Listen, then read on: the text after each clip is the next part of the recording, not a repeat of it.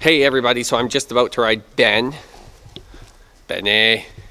Mama's new horse, which I'm sure you guys all know by now. So I thought today I would ride with my microphone and talk a little bit about my warm-up and what I do in my warm-up and what I'm trying to achieve in my warm-up. Let's roll.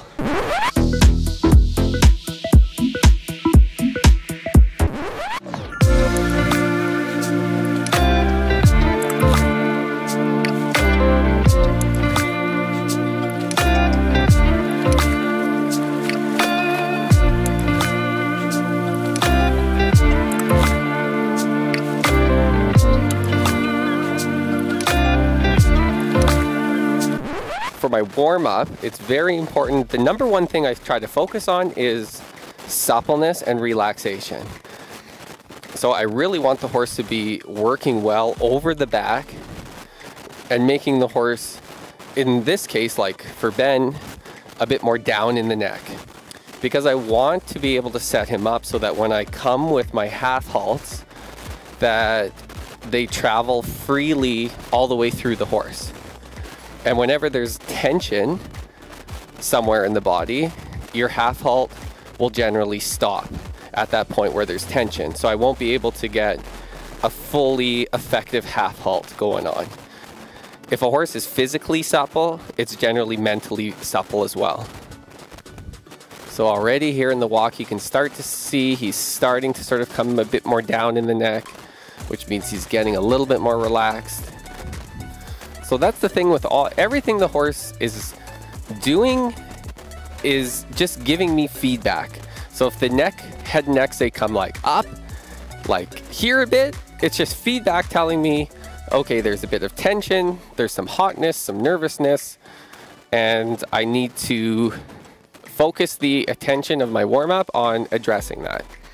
So everything is just a feedback loop. Good boy. Like this is better.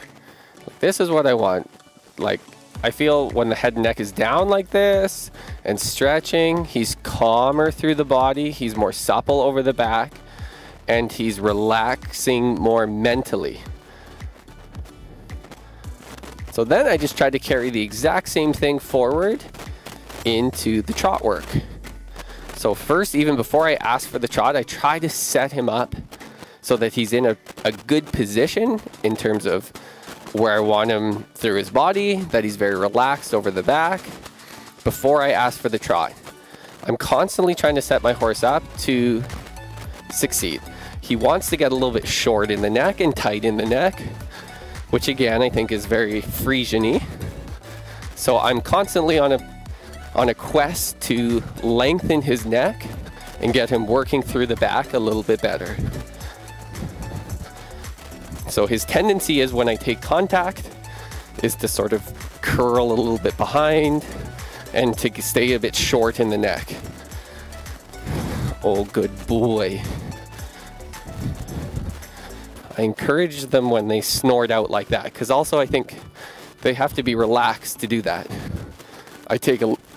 When he comes up in the neck, I take a little bit of contact, like here, say, and then I'll just gently sort of like move the fingers on my inside rein till he lowers a bit the neck like here. And then I soften both hands. And I just repeat. So much of dressage is just repetition. Good boy. That's good. Good boy, super.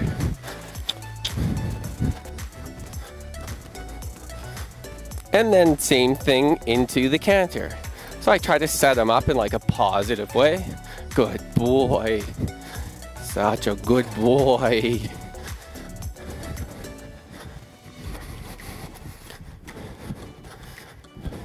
And I'll just try to carry this same idea of relaxation over into that canter. So Ben has quite a big canter, and he wants to get a little bit quick in it. So I have to take a little bit more contact in order to, again, regulate a bit that canter.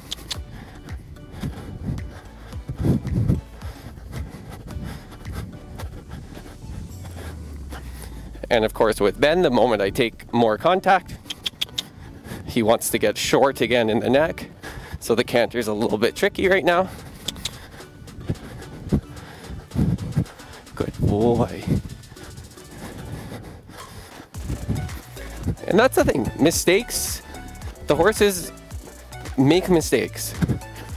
I make mistakes, we all make mistakes.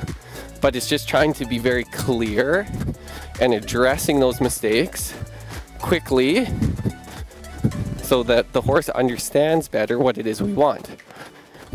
But in a way, you shouldn't get after them ever for mistakes, because I feel like if they do something, they're trying. So it might have been the wrong thing, but it was still an effort. And I never want to reprimand an effort. Try a little canter. Good boy. Because yeah, there's a time and place for me to bring him a little bit more up and a bit more in a collected frame, like say here.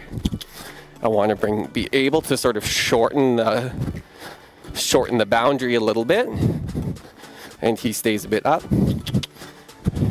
and then a bit open in the throat latch. Good boy, easy. So again, here he wants to run a little bit, so I just close my outside rein, just tighten my abs a little bit, and try to bring him back into a bit more of a working frame.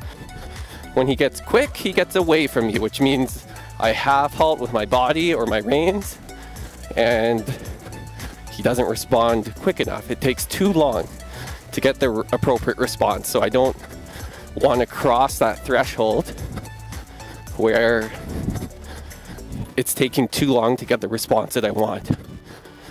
That's it. I mean, it's important too that the horse is waiting. Like here, he wants to get a bit strong, and like I said, the canter is so big. So again, here I'm just wanting him to wait a little bit in this canter. He wants to take over a little bit, and in dressage, it's very important they learn to wait for me. Like they're not allowed just to run through the aid. I try to constantly set up the boundary and that understanding that they have to stay with me. So yeah, to recap, ultimately this is what my warm-up will entail. I want to be able to set the horse up to work in a state of relaxation, which sometimes doesn't happen at all in the warm-up. And maybe your whole ride just consists of that one element. But if your horse isn't relaxed or in a state to accept the aids, there's no point in going any further, because you can't go any further. So they have to be in a supple enough state in their body to accept the aids. And that's sort of like stage one, which I can tell sort of by their body position. Number two is I want to be able to regulate the tempo a little bit. Can I bring the canter a little bit back? Can I ride it a little bit forward? Can I bring it a little bit back? Can I ride it a little bit forward? And again, with young dressage horses, sometimes you're only working on the entire rides every day for years. Could be just trying to establish these warm-up basics. And then I'm checking how the horse is accepting those aids. So say if I bring my horse a little bit back in the canter, and then I put my leg on to come forward a little bit out of that canter, how does the horse react to that leg aid? Does it react by, again, coming super bracy and tight and tense in the body and then rushing forward? Or does it stay supple and loose and round and accept that leg aid? So the third thing is that acceptance of the aids.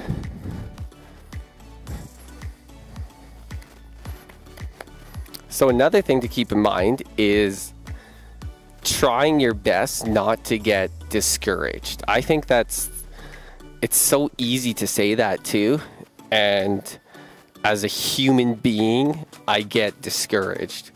But I think it's important to remind ourselves that it's the principles of dressage, in a way, are very simplistic, but the application of that is very difficult to do. I mean, it takes years of training, discipline, focus. And I just think it's easy for me to say, get relaxation, get the horse honest to the aids. And we're like, that's not rocket science. It's not dressage guru talk. It's like everyone knows that, but it's very hard to do. And that's why I think you just have to stay very focused and disciplined every day in keeping those principles in mind and aiming to try to accomplish that.